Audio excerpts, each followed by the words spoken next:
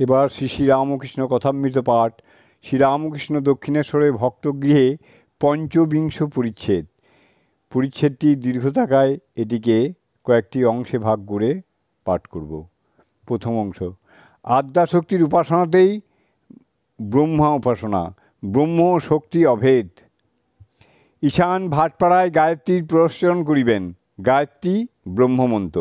একেবারে বিষয় বুদ্ধি না গেলে ব্রহ্মজ্ঞান হয় না। কিন্তু কলিতে অন্নগত প্রাণ, বিষয় বুদ্ধি যায় না। রূপ, রস, গন্ধ, স্পর্শ, শব্দ, মন, এইসব বিষয় লয়ে সর্বদাই থাকে। রূপ, রস, গন্ধ, স্পর্শ, শব্দ, মন এইসব বিষয় লয়ে সর্বদাই থাকে। তাই ঠাকুর শ্রীরামকৃষ্ণ বলেন, কলিতে বেদমত চলে না। যিনিই ব্রহ্ম তিনিই শক্তি। শক্তির উপাসনা করলেই ব্রহ্মের উপাসনা হয়। যখন সৃষ্টি স্থিতি প্রলয় করেন তখন তাকে শক্তি বলে। দুটো আলাদা জিনিস নয়, একই জিনিস। শ্রীরামকৃষ্ণ ঈশানের প্রতি। কেন নেতি নেতি করে বেড়াচ্ছ?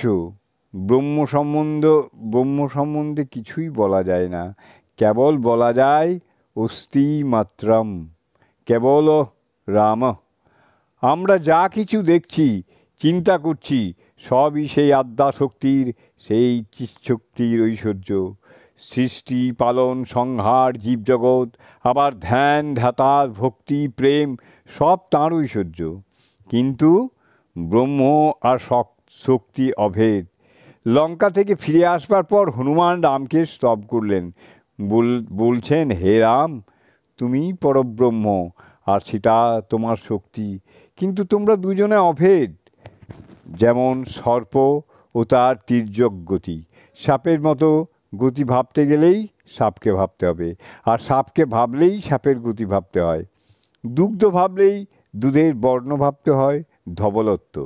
দুধের মতো সাদা অর্থাৎ ধবলত্ব ভাবতে গেলেই দুধকে ভাবতে হয়। জলের হিমশক্তি ভাবলেই জলকে ভাবতে হয়, আবার জলকে ভাবলেই জলের হিমশক্তিকে ভাবতে হয়। এই আদ্যাশক্তি মা মহামায়া ব্রহ্মকে আবরণ করে রেখেছে। আবরণ গেলেই যা ছিলুম তাই হলুম।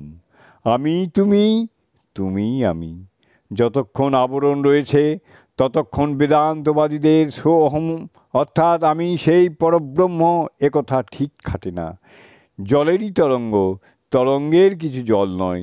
যতক্ষণ আবরণ রয়েছে ততক্ষণ মা মা বলে ডাকা ভালো।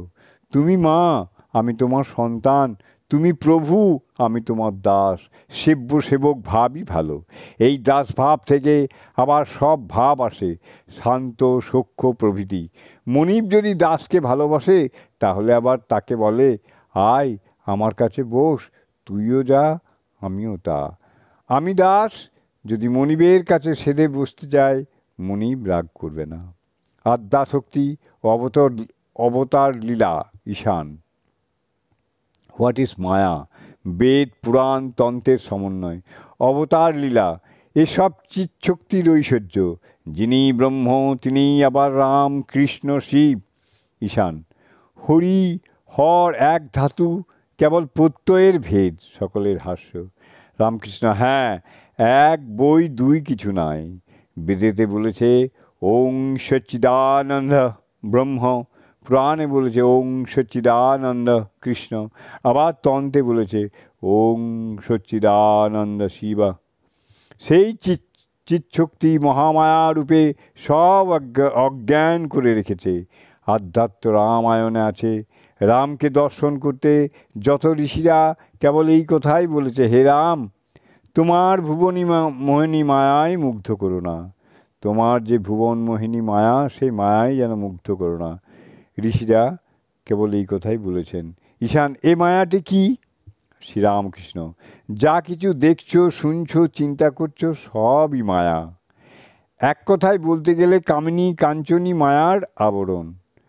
পান খাওয়া, মাছ খাওয়া, তামাক খাওয়া, তেল মাখা, এসব তাতে দোষ নাই। এসব শুধু ত্যাগ করলে কি হবে? কামিনী কাঞ্চন ত্যাগই দরকার। সেই ত্যাগই ত্যাগ। গৃহীরা মাঝে মাঝে নির্জনে গিয়ে সাধন ভজন করে, ভক্তি লাভ করে। মনে ত্যাগ করবে, সন্ন্যাসীরা বাহিরের ত্যাগ মনে ত্যাগ দুই করবে।